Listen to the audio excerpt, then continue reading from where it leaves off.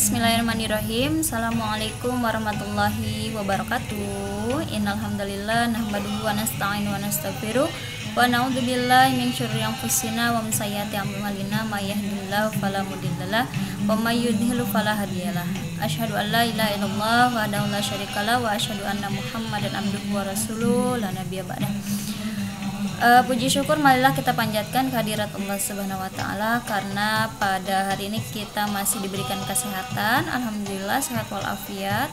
Mudah-mudahan ibu berdoa kalian semua di rumah dalam keadaan sehat walafiat juga. Amin ya rabbal alamin. Oke, pembelajaran kali ini ya kita masuk ke salat Jumat ya, bab salat Jumat. Bagi sebagian laki-laki mungkin salat Jumat adalah sudah tidak asing lagi ya. Bahkan ini adalah salah satu salat yang wajib ya, yang wajib bagi muslim laki-laki ya. Bagi perempuan tidak usah ya, tidak mengapa. Kenapa demikian? Karena salat Jumat yaitu salat yang mana dilaksanakan satu minggu sekali ya, yang berada di hari Jumat, yang dilaksanakan pada hari Jumat. Oke. Umi, bukannya ini kemarin sudah ada di UTS ya? Betul ya. Oke, tapi kalian Umi apresiasi sekali yang sudah mengerjakan. Meskipun bab sholat Jumat dan jamaah kosornya belum Umi jelaskan, tapi kalian bisa mengisi soal ya. Dan lumayan juga nilai-nilainya standar ya, ada yang 90. Paling tinggi tuh kalau tidak salah ada yang 94 nilainya. Ada juga yang minim ya, nilainya masih harus diperbaiki lagi, masih harus belajar lebih giat lagi ya untuk anak-anak. Baik, untuk sholat Jumat apa saja sih yang akan kita pelajari? Oke, kalau begitu kita lanjut ke pembahasannya ya.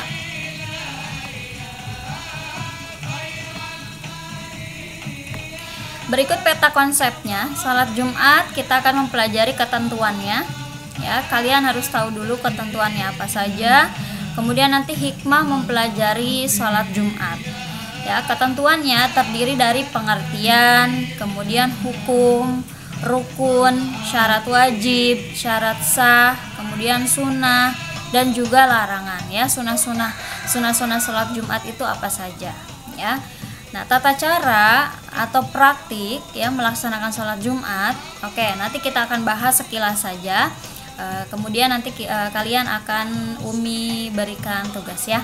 Oke, lanjut langsung kepada pengertian. Apa sih sholat Jumat?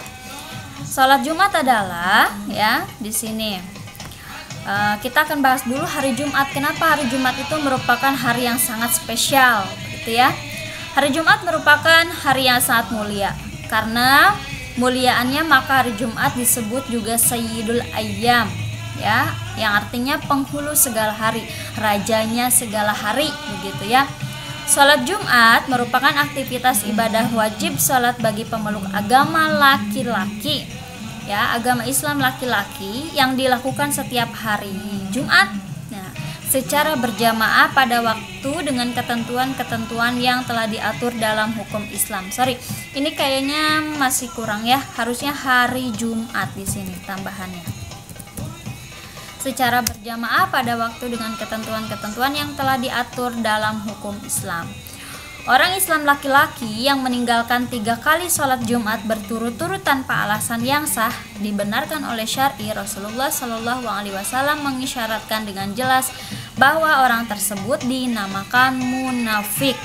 Juga beliau menggunakan istilah Allah menutupi hatinya dan lalai bagi yang meninggalkan sholat Jumat. Nah, oleh sebab itu bagi sebagian kaum laki-laki, apalagi kalian sudah kelas 7 ya, rata-rata kalau sekarang kelas 7 SMP itu sudah dikategorikan baligh. Orang yang baligh maka wajib sekali melaksanakan sholat Jumat. Ini bagi laki-laki. Jadi anak laki-laki ketika hari Jumat jangan sampai absen tuh, jangan sampai bolos tidak melaksanakan sholat Jumat. Sebentar ya.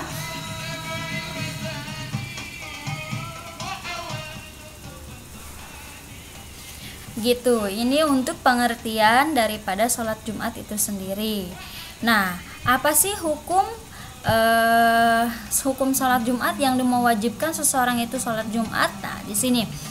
Nah, hukumnya sholat Jumat itu adalah fardu. Fardu itu artinya wajib.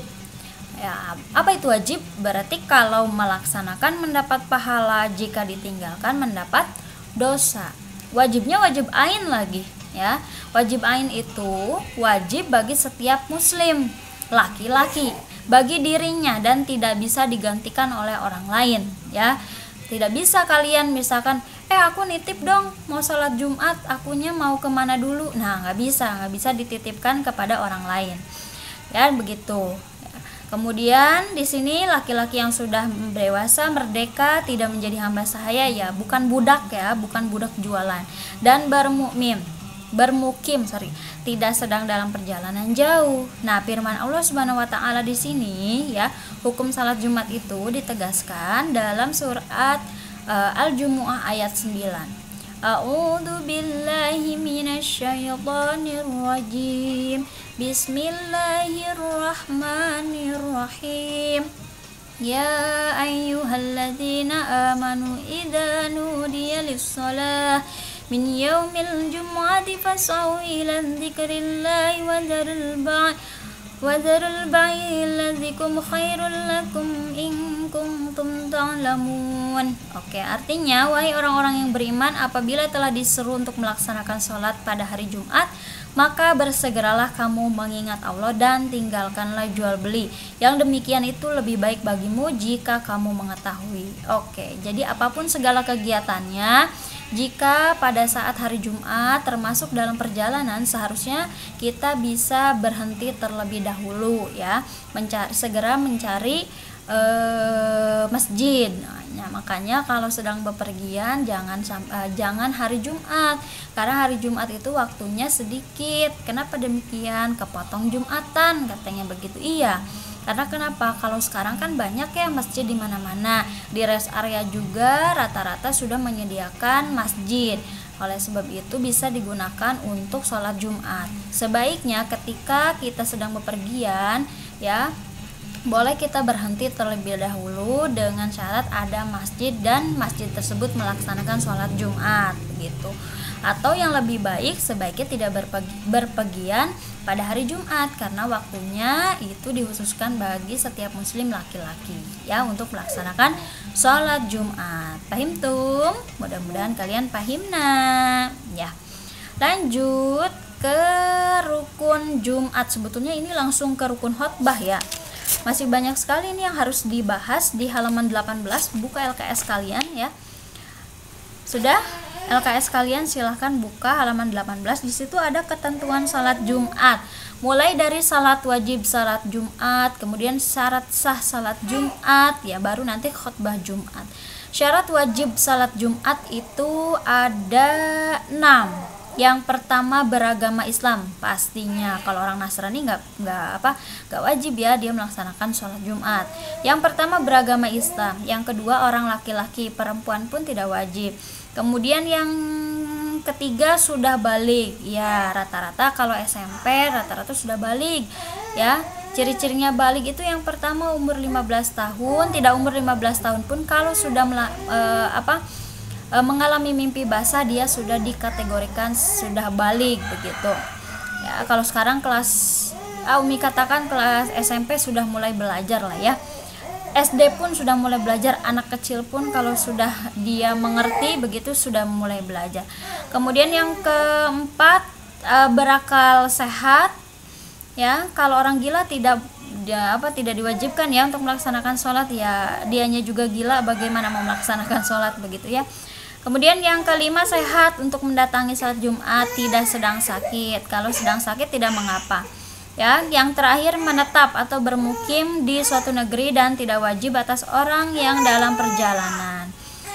Syarat sah salat Jumat diadakan di suatu tempat yang sudah menetap, kemudian dilaksanakan pada waktu zuhur, dikerjakan secara berjamaah. Sebelumnya diadakan khutbah yang terdiri dari 2 khutbah. Paham, ya?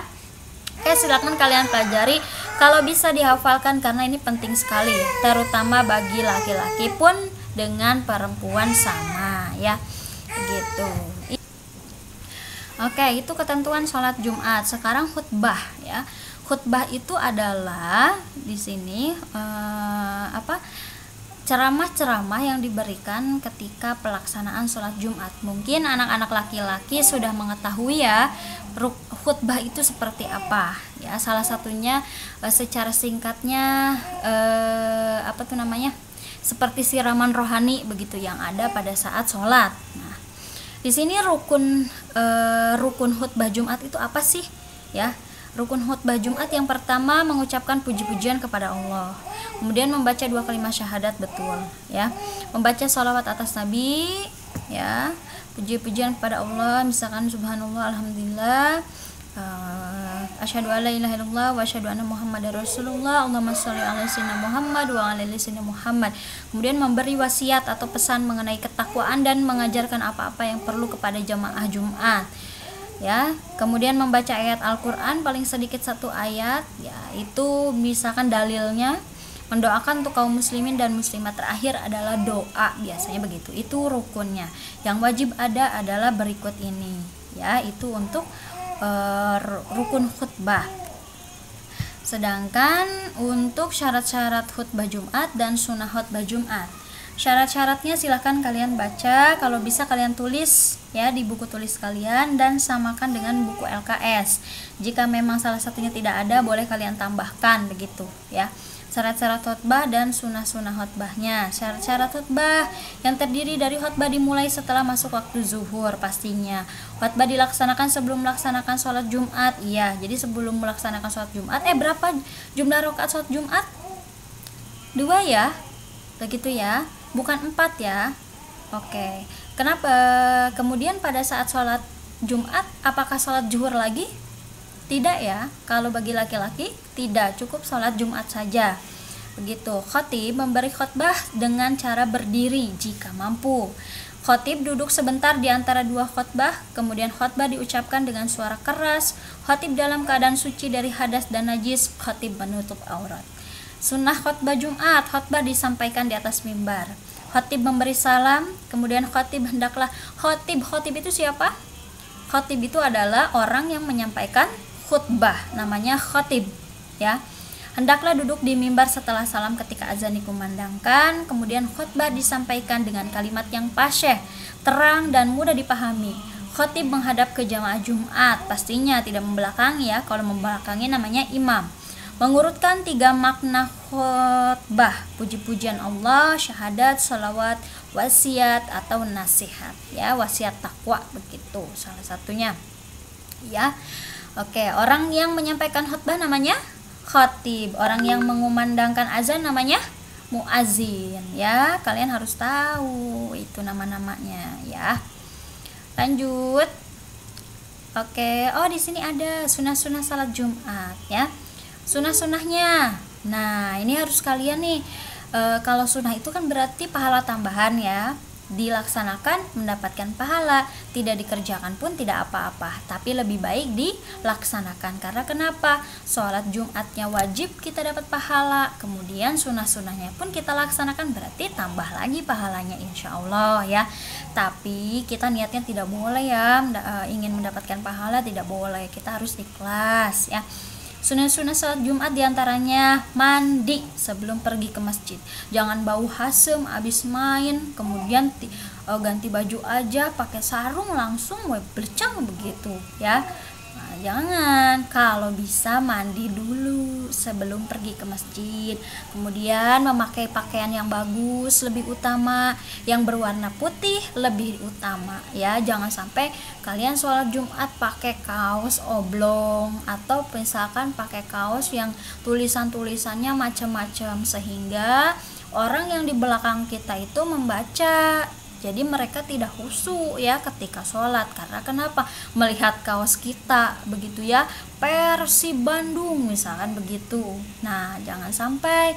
Diusahakan ketika kalian sholat Jumat biasakan menggunakan koko yang bersih ya. Tidak harus putih pun, yang bersih dan suci kalau bisa ya.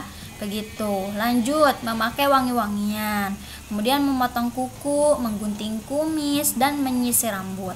Bersegera pergi ke masjid, kemudian menempatkan diri saf barisan paling depan. Ya, kalau sholat Jumat tuh jangan datang paling terakhir, pulang paling duluan. Nah, siapa tuh kelakuannya tuh ya? Kalau bisa datangnya paling utama, barisannya paling utama. Karena kenapa? Kalau kalian ingin masuk surga, ya barisannya harus paling utama. Paling terakhir mah kebagian buntutnya doang, begitu ya. Menempatkan diri paling depan, kemudian melaksanakan sholat tahiyatul masjid. Iya, ketika kalian datang ke masjid tuh sholat dulu 2 rakaat tahiyatul masjid, menghormati masjid, begitu ya. Kemudian memperbanyak zikir, sholawat, membaca Quran, dan bisa juga sholat sunnah sebelum khutbah ya. Larangan dalam sholat Jumat nih, pertama bercakap-cakap, apalagi bercanda tuh ya. Awas, anak-anak tidak boleh tuh bercanda di dalam masjid. Datang ke masjid setelah iqomah tidak boleh. Menegur orang dengan bersuara keras, misal heh kamu, nah, jangan ya. Membaca Al-Quran ketika khatib berkhutbah itu tidak boleh. Dengarkan, karena itu merupakan wasiat takwa. Membaca buku ketika khatib berkhutbah juga tidak diperkenankan. Tidak menyimak apa-apa yang disampaikan khatib itu juga salah ya. Oke, lanjut ke hikmah sholat Jumat ya. Jika kita melaksanakan sholat Jumat setiap hari Jumat dan setiap minggu kita melaksanakan, maka hikmah yang akan kita dapat, pertama ya, hikmahnya mengharap ridha Allah sebagai bentuk pengabdian kepadanya, meningkatkan keimanan dan ketakwaan, sarana komunikasi antar umat Islam. Betul, karena dengan adanya hari Jumat kita bisa berkumpul bersama-sama antar umat Islam, saling bercakap-cakap kan, begitu ya. Yang sedang kerja pun pasti berhenti, pasti melaksanakan sholat Jumat terlebih dahulu, begitu. Memuliakan hari Jumat, menambah wawasan keimanan dan ketakwaan, melatih disiplin, menghargai waktu, tertib dan menghormati orang yang berkhutbah, menjalin ukhuwah Islamiyah di kalangan umat Islam, untuk menunjukkan bahwa tidak ada perbedaan antar sesama manusia.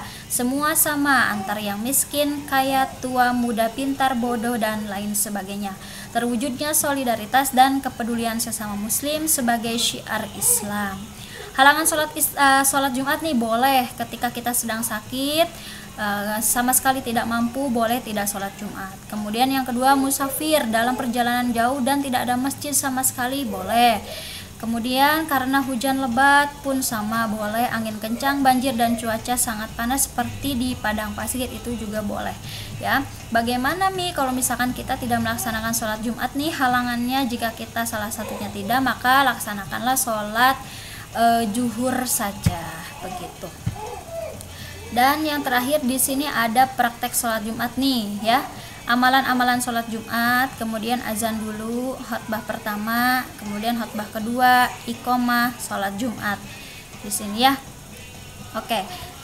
Untuk untuk tugasnya kalian, untuk anak laki-laki, Umi inginkan kalian buatkan teks ya, teks khutbah Jumat yang kalian dapatkan nih, sekarang hari Jumat ya, yang kalian dapatkan ketika kalian Jumatan ya. Nanti Jumatannya kalian tulis yang khutbahnya siapa, kemudian imamnya siapa, kalian melaksanakan sholat Jumatnya di masjid mana, kalian tulis isi wasiat takwanya atau khutbah Jumatnya secara ringkas saja di kertas folio, nanti dikumpulkan ya. Tulis kalian di kertas folio kemudian dikumpulkan, paham ya?